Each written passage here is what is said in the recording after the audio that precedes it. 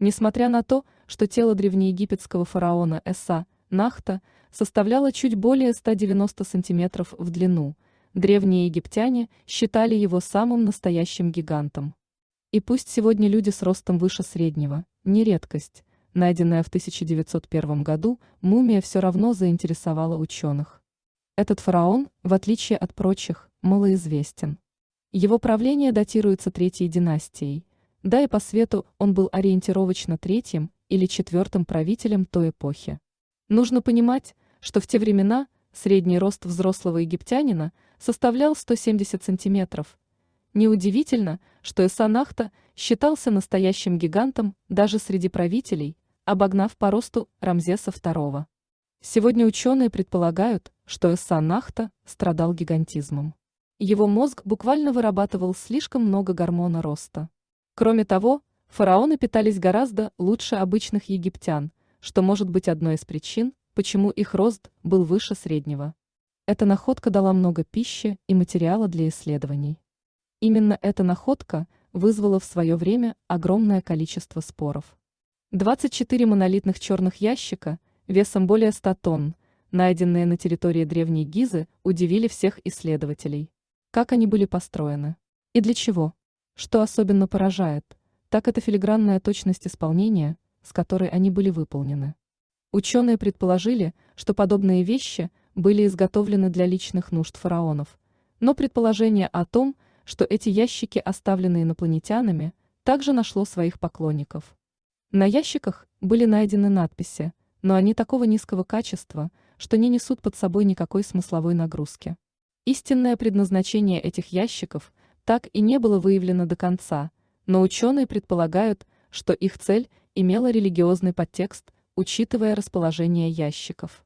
Их могли использовать для захоронения быков, которых считали воплощением древнего египетского бога Птаха. Все дороги ведут к пирамидам, если подумать, то секретные входы в пирамиды – логичное решение.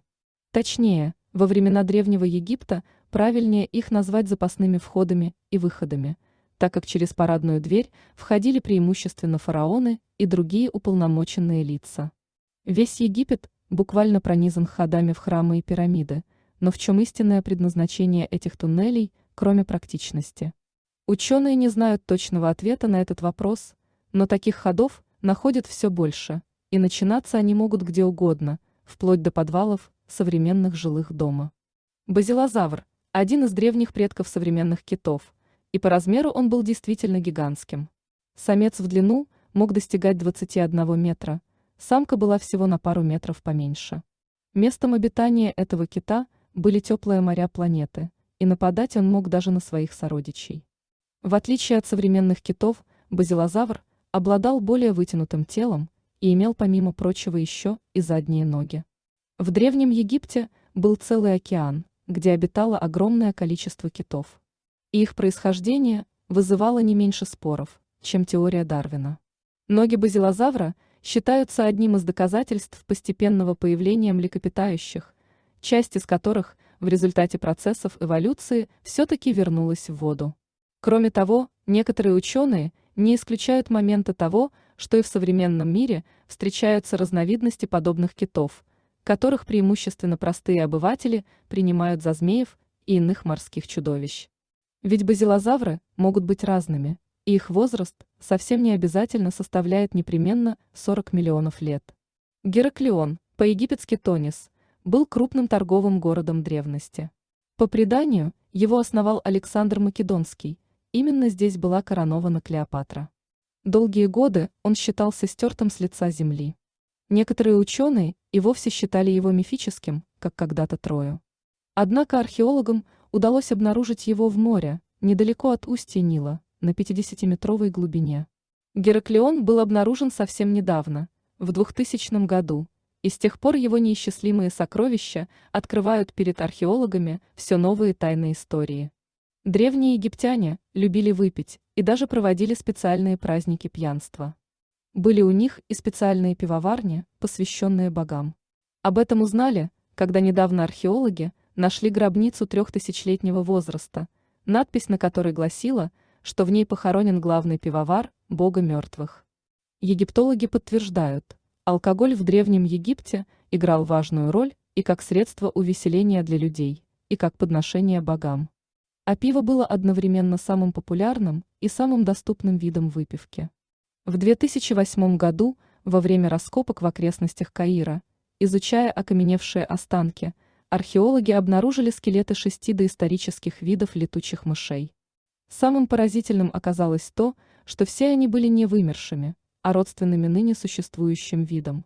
Это заставило ученых серьезно задуматься над происхождением современных летучих мышей.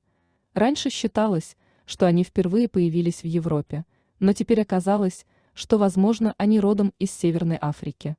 Провинция Дакахлия находится примерно в 150 километрах от Каира, и в 2021 году здесь было совершено сенсационное открытие. Нашли более 80 захоронений, которые относятся к 3 разным цивилизациям. Так, самые древние захоронения датируются 6 тысячелетием до нашей эры. Также тут есть могилы времен симонийской культуры, 3 тысячелетие, д.н. и захоронения 1700-1500 годов до нашей эры, когда Египтом правили гиксосы. Правда, эти гробницы не были обложены золотом, они весьма скромны по сравнению с другими находками Древнего Египта. Однако в захоронениях сохранилось множество артефактов, глиняных сосудов, чаш, амулетов. Сами люди в могилах были уложены в позе эмбриона, что тоже пока не смогли объяснить до конца. Мы без ума от своих питомцев, и, кажется, древние египтяне были такими же фанатами животных. В 2019 году в 30 километрах от Каира на территории некрополя Саккара археологи обнаружили коллекцию мумифицированных животных. Здесь были кошки, птицы, львята, крокодилы, кобры. Однако больше всего было мумий жуков-скоробеев. Помимо мумий, здесь обнаружили множество бронзовых и деревянных статуэток животных. В египетском городе Гирза в 1911 году археологи нашли гробницу, в которой хранилось 9 металлических бусин. Невероятно, но оказалось, что бусины появились на 2000 лет раньше, чем в Египте начали выплавлять железо. С тех пор историки ломали голову над тем, откуда древние египтяне взяли железо для бусин. Египетский иероглиф, которым обозначали железо, буквально переводится как «металл неба», что дает очень хорошую отсылку к пониманию его происхождения. Из-за редкости металла он в основном ассоциировался с богатством и властью. Из него в основном изготавливали ювелирные изделия и безделушки для королевской семьи, а не оружие, как это было принято позже. В 1980-е годы химический анализ показал, что уровень никеля в бусинах был похож на тот, что встречается в метеоритах. Так у египтян за тысячи лет до того, как научились выплавлять этот металл, появилось железо. Это также может объяснить тайну кортика Тутанхамона, изготовленного из железа и золота. Царица Анхниспепи Аяй правила Египтом до тех пор, пока ее сын не вырос и не стал фараоном. Большинство ее погребальных зданий были найдены, включая могилу Анхниспепи и пирамиду.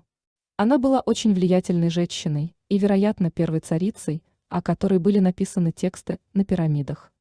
Но теперь археологи пытаются найти другие пирамиды-спутники, связанные с ней.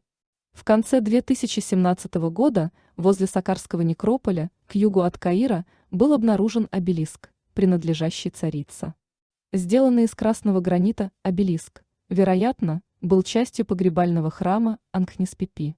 Всего через неделю после открытия артефакта был обнаружен пирамидион, верхушка пирамиды, возрастом около 4000 лет, высотой 1,3 метра и длиной основания 1,1 метра.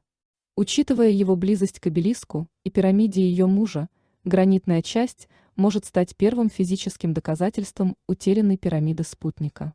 Хотя Великая пирамида Гизы была построена в 2600 году до нашей эры, то, как ее построили, остается загадкой.